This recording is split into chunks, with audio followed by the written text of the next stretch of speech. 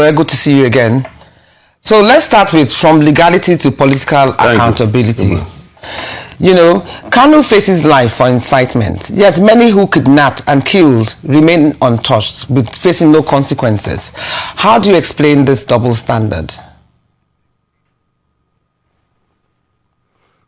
Well, I have had a lot of conversation about Nnamdi Kalu's situation, including revealing to the Nigerian people that his trial was pre-planned. Everything that eventually played out on the day of his conviction had already been exposed by me on November 5. Maybe we are only lucky that we fought a bit through the Free Nnamdi Kalu protest to have saved Nnamdi Kalu from the hangman's noose. They were going to sentence him to death. That was the plan. And you can check my Twitter and Facebook posts on November 5. Because I was giving that information in advance.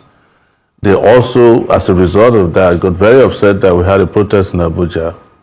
They shot at us, tear gas, arrested his lawyers, myself, later, and took us to the court outside of, within Abuja, but, near Kuje, and sent us to prison for 4 days. After we were granted bail on a Friday, the judge who was supposed to sign off on our bail paper ran away. He didn't come back until Monday. They were already setting the agenda for Nnamdi Kalu's conviction, or whatever they were going to do. But when they realized that maybe this is not popular, or not going to be popular, they kind of pulled back a bit, and they did the life imprisonment. And they have also realized that even the life imprisonment has not stopped his life, or the life of what he stood for.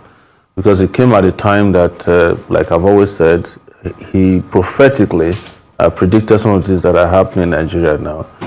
And when he was eventually convicted, those things have come full circle in terms of terrorism, the unchecked activities of the people you call terrorists or bandits who have been given preferential treatments in Nigeria over time. They always have the right, they can drive around in their convoys with vehicles seized from the Nigerian army. One of them wore a uniform of a police commissioner, an assistant police commissioner he killed. He wore his uniform to town. They were carrying their magazines and their heavy-duty weapons and ammunition and addressing press conferences. I insist that till date, the only evidence that was adduced against Nnamdi Kalu in his trial, the whole trial, was that he had a microphone and he had a radio transmitter and his underwear, both top and bottom, that he found in a hotel. Every other evidence they claim was against him were things that were circumstantial. Oh, he said that the people should kill police, even when he was not in the country. Oh, he was the one who made ntence to become what it is. But there are celebrities in Nigeria who claim they started ntence. I started ntence in Abuja. And I was one who gathered a lot of people that joined ntence by calling them individuals, some of the celebrities. So if those ones are being celebrated for doing ntence, why is Nnamdi Kalu being sent to prison for life? Just for speaking on the day of ntence to say, oh, do this or whatever they said he said. So everything they accuse him of are things that they had no evidence caused any problem that they adduced caused. They even accused him of killing Gulag while he was in detention. I know something about being in DSS detention. You have zero access to communication. Even if you smuggle something, and they have a way of monitoring you. So how could somebody like that be sentenced to death? And a terrorist from one of the Boko Haram commander was sentenced to 20 years in prison. That is why Nigeria is where it is today. Some people in our animal farm, some animals are superior to others. And until that is addressed, until the justice applies to everybody in Nigeria, you are not going to get peace without justice. That's what so many of us have been saying, whether you like to hear it or not. But I feel it has come full circle now, that even those who felt like they can bamboozle others by saying, oh yeah, he did this, he's a bad person, they are now dealing with the real bad people unfortunately, though, those real bad people have cover. They have immunity. Some say Southeast power brokers are not the presidency, are the ones driving Kanu's continued detention. So how is this shaping regional politics, and what should Nigerians expect in 2027? Let me first state this. Yes, let me first state this, that I'm not here to fan ethnic differences. But I have said, and I will restate here, that Nigeria has an Igbo problem.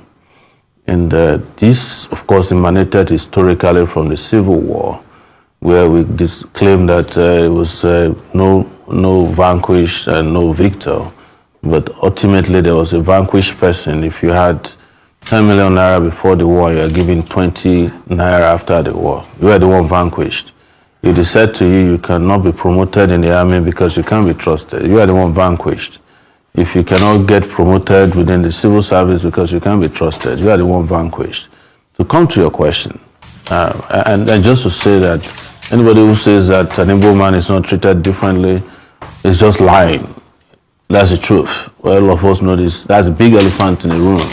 And that is what I said earlier when I said, well, there's a Boko Haram guy who has been killing, beheading people, and he was sentenced to 20 years. And the guy who uses a microphone and a radio transmitter is sent to prison for life. They could have sentenced him to death if something hadn't taken place.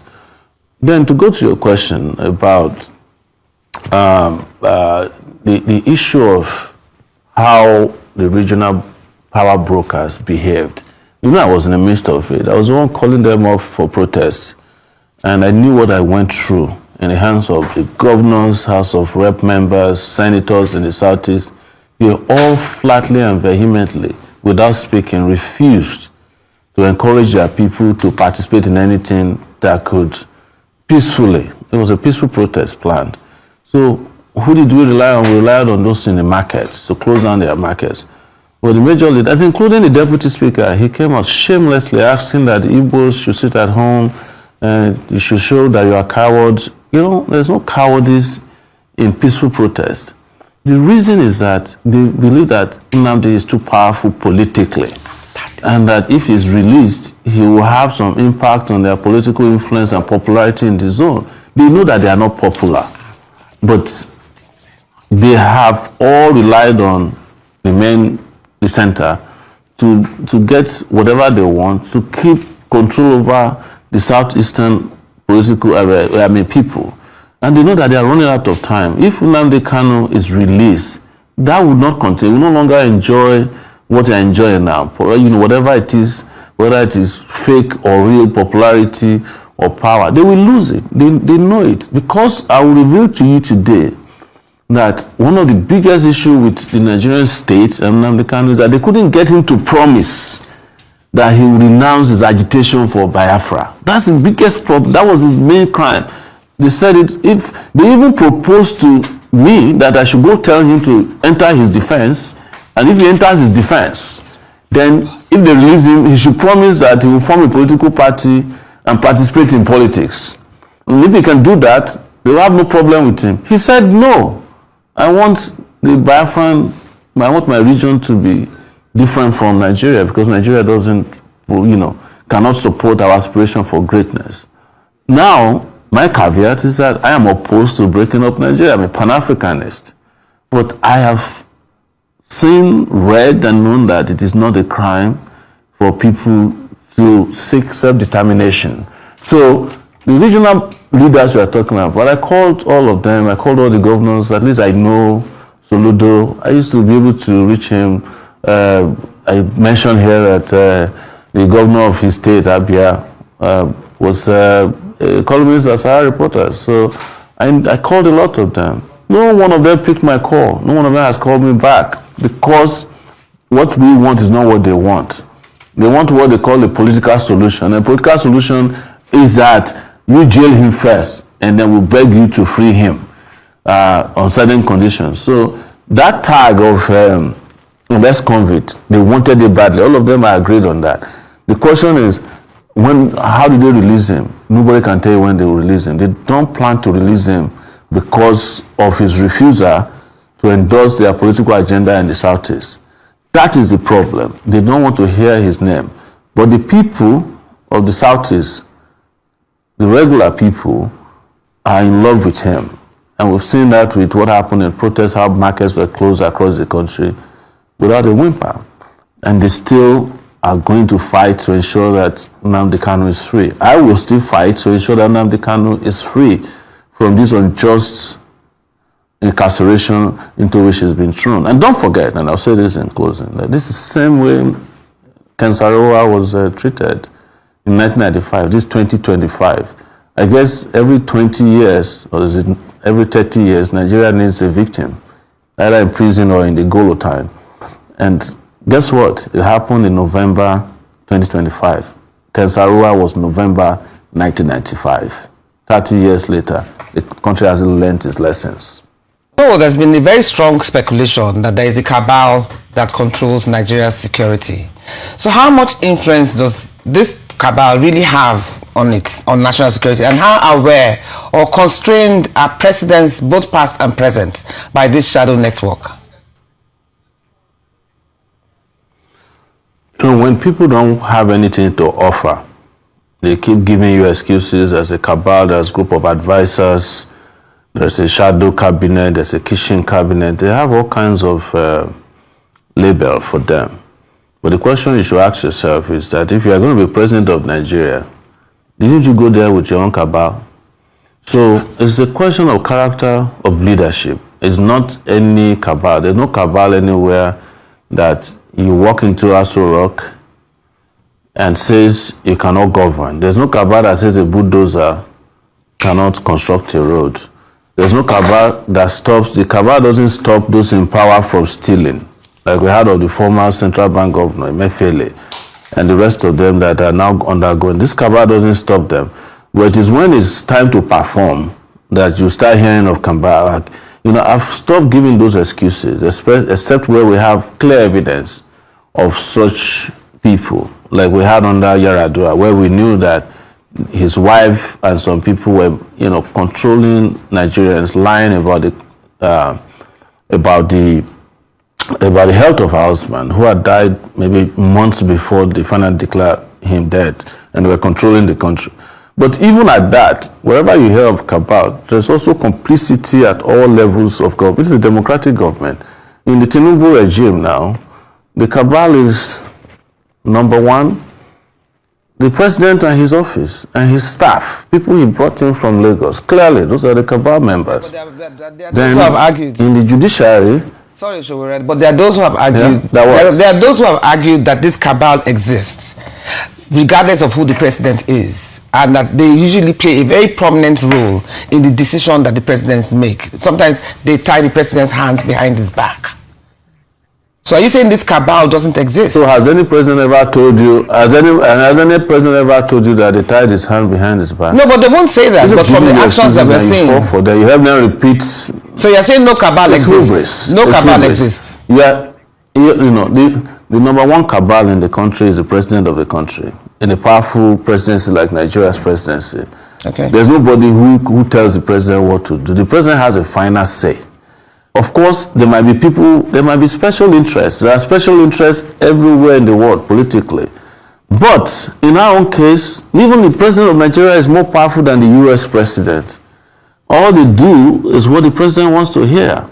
So if anybody is failing and they are telling there's a cabal, they are trying to shift the blame in a way from their own failure, glaring failure, to a shadowy group that you and I have no evidence exists, so that you keep helping them to repeat the excuse of why they failed in the first place.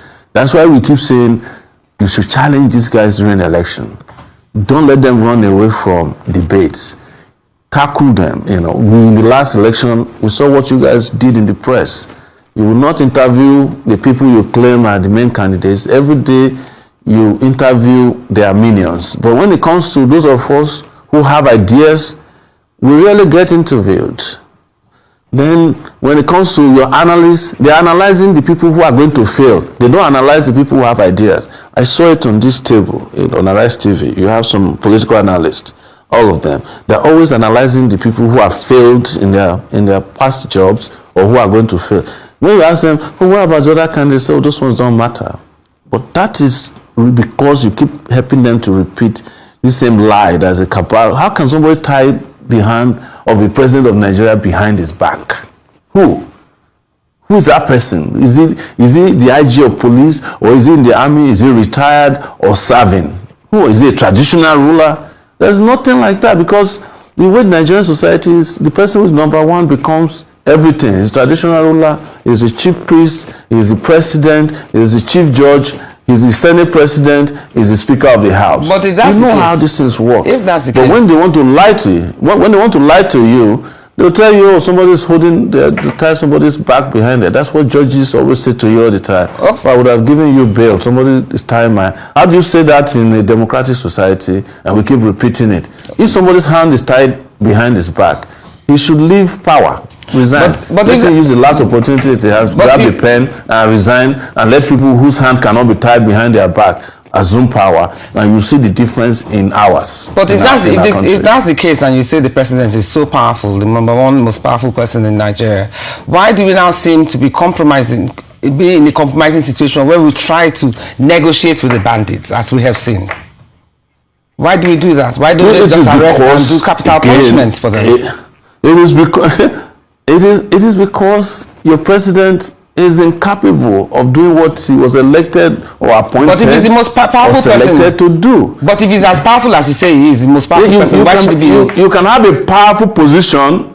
You can have a powerful position and not have a powerful character or competent character. We have seen that happen all over the world.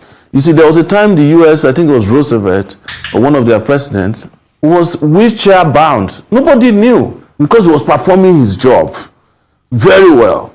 But in Nigeria, you see an able-bodied president, and he's not really able-bodied. You just present him as an able-bodied person. Mentally, he's gone. Physically, he's gone. They pump them up. They come and say something. They say, oh, keep repeating that. That is what is the problem. What I'm saying is that the position of president of Nigeria is a powerful position. I am not saying that the people who have run those places are powerful people, because most of them are intellectually bankrupt. Some of them are physically incapable of doing things, and there's nothing wrong with having physical incapacitation, but you just have to reveal it so that we know the extent to which you can do and not do your job. Thank you so much. That's why I told you earlier, I was a reporter who covered the president who had died 5 months before, and they kept saying that he's still president of Nigeria. I'm talking about Yar'Adua. Right. Now, Jimmy, beyond emergency measures, what long-term reforms are essential to prevent Nigeria from returning to this crisis again in the next decade? Okay, thank you very much. A very interesting question. However, before I answer that question, I'm going to return a bit to your initial first question, because there are some points which we have not actually touched on that judgment which was given by my Lord Justice Omotosho of the Federal High Court. Now, if you look at that judgment, there were a number of things that were raised, some issues. The issue, first of all, I'm going to touch on a few, like the issue of unlawful extrajudicial rendition of the defendant. Now, I want Nigerians, it's important to understand this. The Nigerian law, the position has always been that regardless of however a person has been brought to trial, the person can get damages or compensation for how the person was wrongfully brought to court. However, it does not vitiate the trial that follows it. Now, even in this particular case, in the initial case which came up at the Supreme Court, that matter has been decided by the Supreme Court, saying that regardless of the way the defendant was extrajudicially, extraordinarily renditioned, that it does not affect the judgment. That was on the basis on which the Supreme Court set aside the discharge by the Court of Appeal. So that matter having gone to the Supreme Court, unless the Supreme Court overrules itself, that remains the position of the law. Then another issue which was raised was that issue of repealed law, that the laws have been repealed. Now there's a misunderstanding on that issue, which is that a lot of people have said that where a law has been repealed, that the law is of no effect at all. If you look at section 36 subsection 8 of the Constitution, the Constitution deals with the law at the time the offense was committed.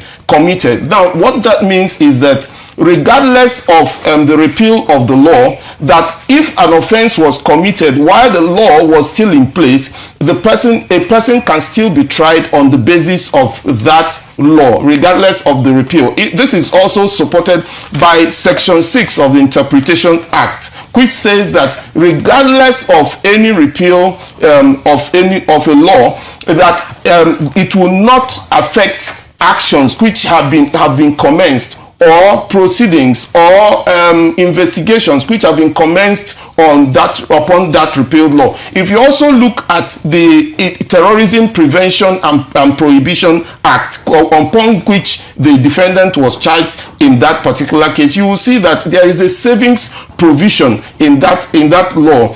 Section 96 and section 97 of that law clearly make provision for a savings provision. What is a savings provision? A savings provision is a provision in a law which gives opportunity and leeway to try persons under the act, despite the fact that that particular law has been repealed. There are a number of other issues: issue of jurisdiction, and then issue of whether the issue of jurisdiction would have to come up first and be decided as part, or be decided as part of the judgment. Then on the issue whether what can be done to prevent this kind of situation arising in future in terms of insecurity in the country, I think it's important that Nigeria at this point deals with the issue of corruption, because it is corruption that makes it possible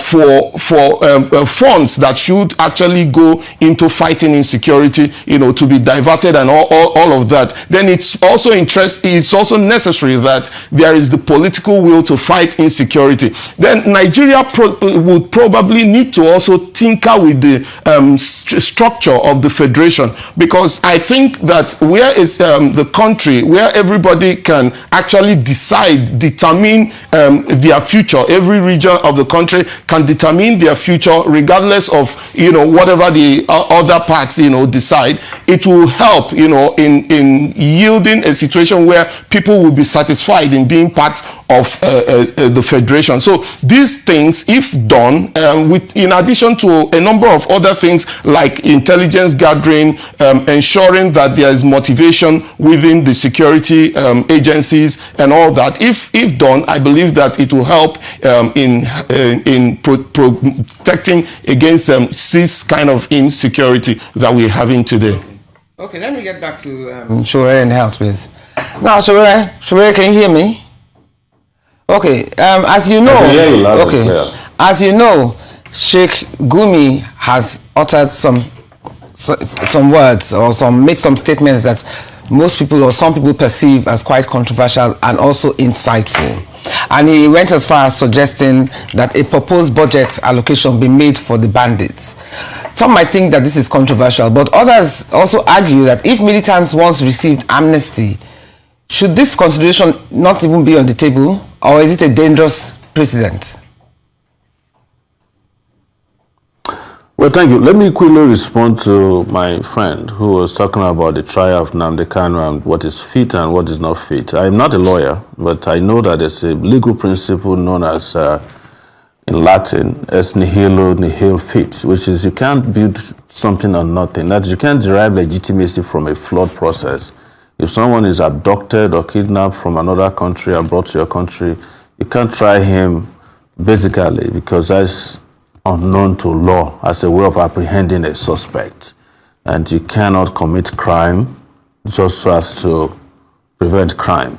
So I just want to clear that as far as this goes. Like I said, I'm not a lawyer, but I know this is a legal principle that, you know, is very well known as a basis for fairness and fair play in law. But having said that, you've mentioned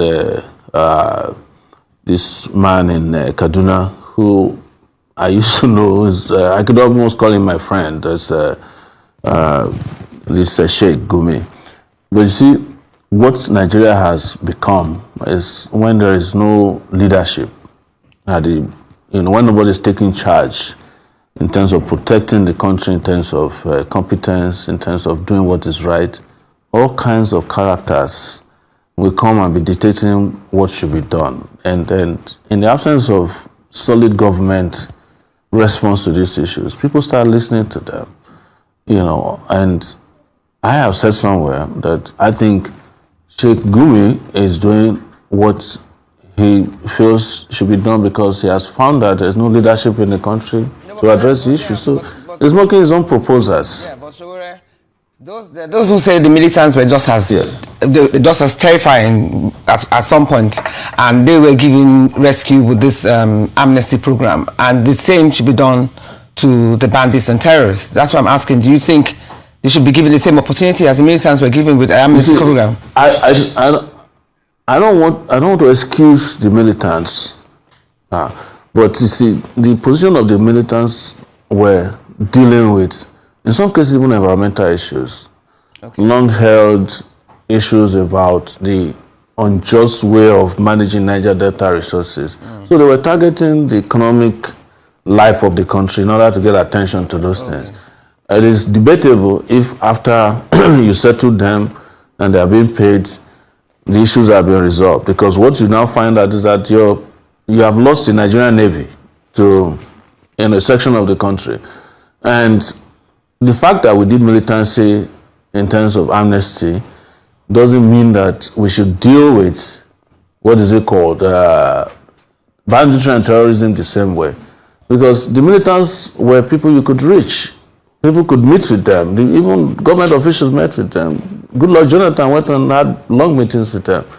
But the bandits, the more you meet with them, the more emboldened they are. And they are taking lives on a daily basis. They are not negotiating with you. You don't even know who you are talking with. Today you are saying it's Boko Haram, the next day it's Lakurawa, and you can't tell the boundaries between militancy, banditry, and very heinous crimes that these guys are committing. I don't think we should treat it the same way. What we must do is to restore our country's ability to deal with crime, militancy, terror, whichever way you call them. And until you do that, you will start suggesting things that work and never worked. Like I said, that's subject to debate for another show. But the truth today is that you are in the throes of people who are outlaws and don't care about whether you are willing to negotiate or not. Each time you negotiate with them, they show to you that the process of negotiation are used to purchase more weapons.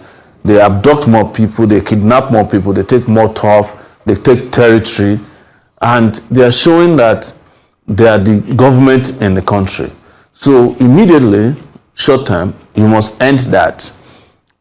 I would admit to one thing, and that's the fact that any form of security problem that has lasted for more than 10 years, we were taught that in graduate school, you should find other alternatives of dealing with those. Thank you very much. But even in dealing with those, you must not lose your capability to control your territory as a government and make sure that your military or security forces are doing what needs to be done. Here, there's a failure in that regard and in that sector.